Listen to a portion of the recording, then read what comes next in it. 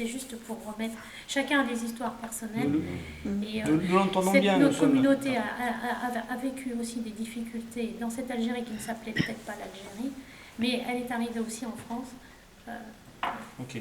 Je laisse l'histoire aux historiens. Nous sommes ici en présence d'un maire émérite qui a très bien saisi l'ampleur du problème et qui le rappelle admirablement. Je vous remercie, monsieur le maire, parce qu'il y a le droit et il y a la morale.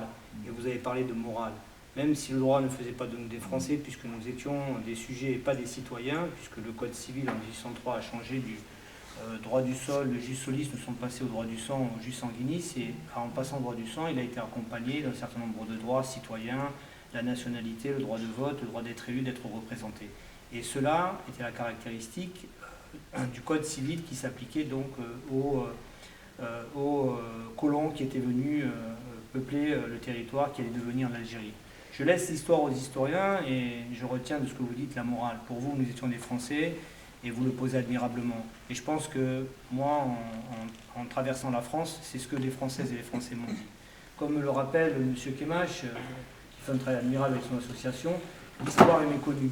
L'histoire est méconnue parce qu'il y a une allégorie d'une histoire, d'une guerre d'Algérie fantasmée, qu'à la fois la France et également l'Algérie, il faut le reconnaître, présentent à chacun respectivement à leur peuple. Et ce n'est pas la réalité. Et cette réalité, en fait, elle cause beaucoup de problèmes d'identité. Les gens sont extrêmement blessés, comme elle le rappelle, son histoire est méconnue. Et ce qui est difficile et compliqué, c'est que ce n'est pas l'exécutif d'aujourd'hui qui est la cause de nos problèmes.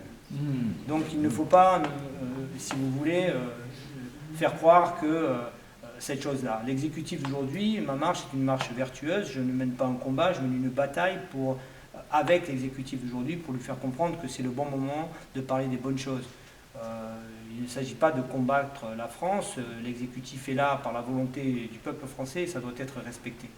Ceux qui ont accompli l'histoire, et on parlait du décret 136 d'Adolphe Crémieux et du décret 137 qui parle spécifiquement, et c'est un décret qu'on ignore souvent, des indigènes autochtones, on parle du code de l'indigénat, mais à la vérité, lorsque les colons sont arrivés sur le territoire en 1830 qui est devenu l'Algérie et qu'ils ont démis que le Dey d'Alger s'est soumis, il leur a demandé de respecter les coutumes locales et c'est dans ces conditions que le code de l'indigénat a pu prendre ses racines. Ça partit d'une bonne volonté.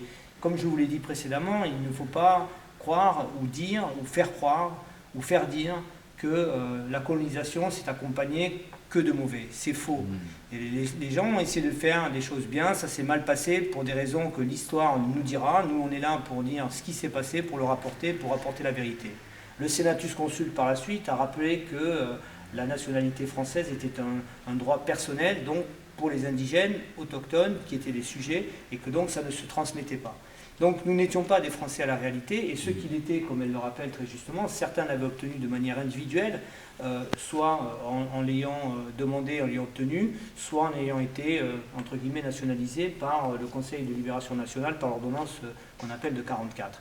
Et c'est vrai qu'au cours de l'histoire, il y a des choses qui ont été anticonstitutionnelles lorsqu'on a demandé à des citoyens français de redemander la nationalité française. Et il y a aussi des erreurs, des abus de langage lorsque l'on dit que nos aïeux sont des rapatriés. C'est une erreur de langage, on retourne à sa patrie. La patrie de nos aïeux, c'était l'Algérie.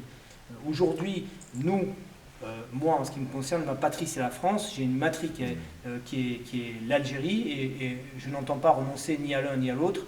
Et je donnerai tout pour le drapeau français. Donc, si vous voulez, ça, c'est l'histoire. Il convient de la rappeler et de cesser, sur les stèles qui honorent la mémoire, d'écrire des inepties, de dire que les harkis étaient des supplétifs. À la vérité, la majorité des harkis étaient des supplétifs. Certains, comme son père, avaient la nationalité française, étaient donc des soldats réguliers de l'armée française, même si par la suite, lorsqu'ils ont été ramenés en France, tous ont été traités comme des supplétifs. Voilà, mais ça, si vous voulez, c'est l'histoire. Les historiens se pencheront dessus.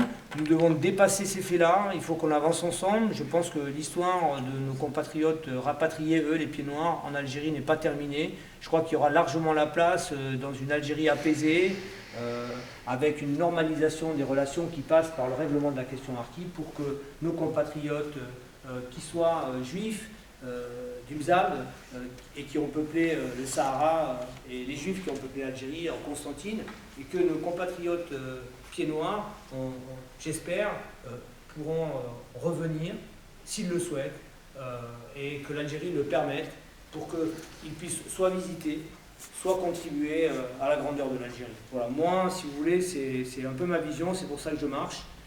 Et je vous remercie de la façon dont vous avez présenté les choses. Elle vous honore et elle honore également les administrés français et françaises de votre commune et même les étrangers qui vivent sur votre commune. Voilà. Elle honore ces gens-là parce que c'est eux qui vous ont mis sur le fauteuil du premier d'entre eux et vous parlez admirablement de nos compatriotes et de la France. Je vous remercie, monsieur le maire.